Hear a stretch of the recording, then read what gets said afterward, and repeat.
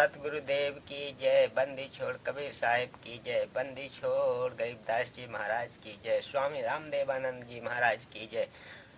बंदी छोड़ सतगुरु रामपाल जी महाराज की जय।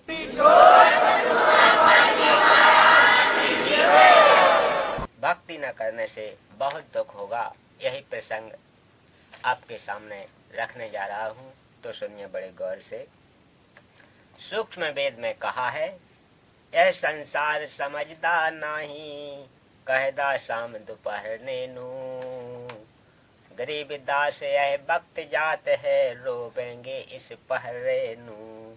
आध्यात्मिक ज्ञान के अभाव में, परमात्मा के विधान से अपरिचित होने के कारण यह प्राणी इस दुखों के घर संसार में महान कष्ट झेल रहा है और इसी को सुख स्थान मान रहा है। जैसे एक व्यक्ति जून के महीने में दिन के 12-1 बजे हरियाणा प्रांत में शराब पीकर चिलचिलाती धूप में गिरा पड़ा है। पसीनों से बुरा हाल है, रेत शरीर से लिपटा है। एक व्यक्ति ने कहा, हे भाई उठ, तुझे वृक्ष के नीचे बिठा दूं, तू यहाँ पर गर्मी में जल रहा है। शराबी बोला कि मैं बिल्कुल ठीक हूँ। क्या बात है सर, क्या बात है सर, क्या बढ़िया बात है। एक व्यक्ति किसी कारण कोर्ट में गया, वहाँ उसका रिश्तेदार मिला। एक दूसरे से कुशल मंगल पूछी। दोनों ने कहा सब ठीक है, मौज है।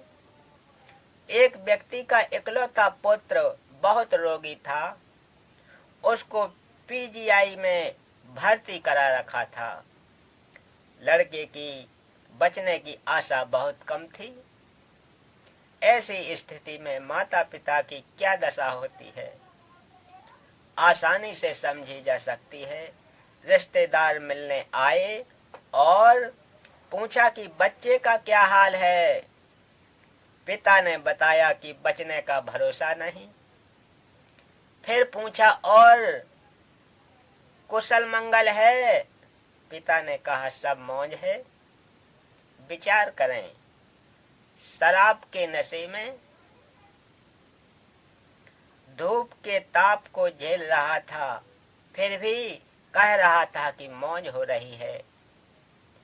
कोर्ट कचहरियों में जो रिश्तेदार मिले, दोनों ही कह रहे थे कि सब मौज है। विचार करें, जो व्यक्ति कोर्ट के कोलू में फंसा है, उसको स्वप्न में भी सुख नहीं होता। फिर भी दोनों कह रहे थे कि मौज है, अर्थात आनंद है।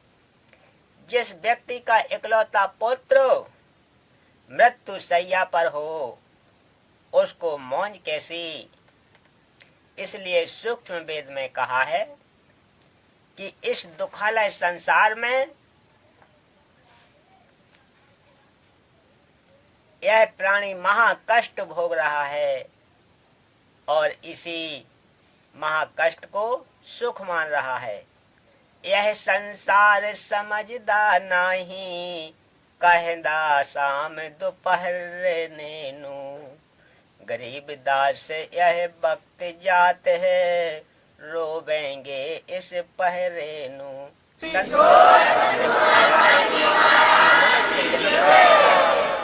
जो व्यक्ति भक्ति नहीं करता, वह कुत्ते गधे आदि की योनि में कष्ट उठाता है।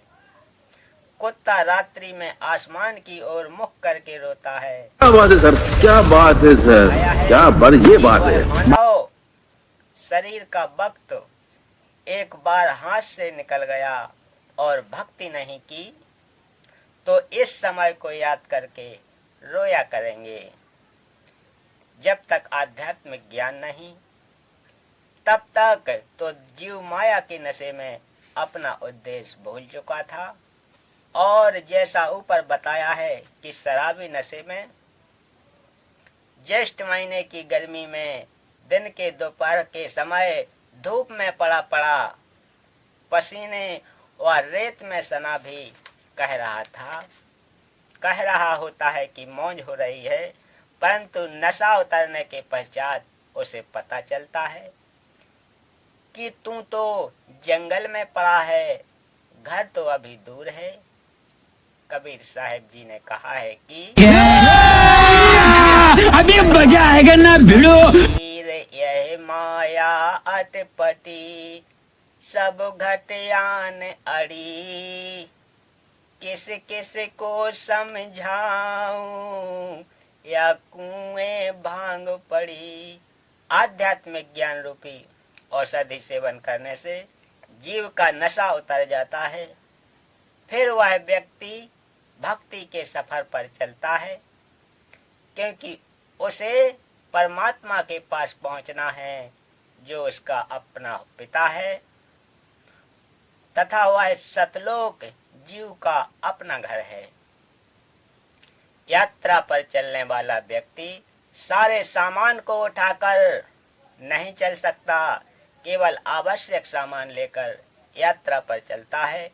इसी प्रकार भक्ति के सफर में अपने को हल्का होकर चलना होगा, तभी मंजिल को प्राप्त कर सकेंगे। भक्ति रूपी राह पर चलने के लिए अपने को मानसिक शांति का होना अनिवार्य है। मानसिक परेशानी का कारण अपनी परंपराएं तथा नशा, मान बढ़ाई, लोक दिखावा, यह भार व्यर्थ के लिए खड़े हैं।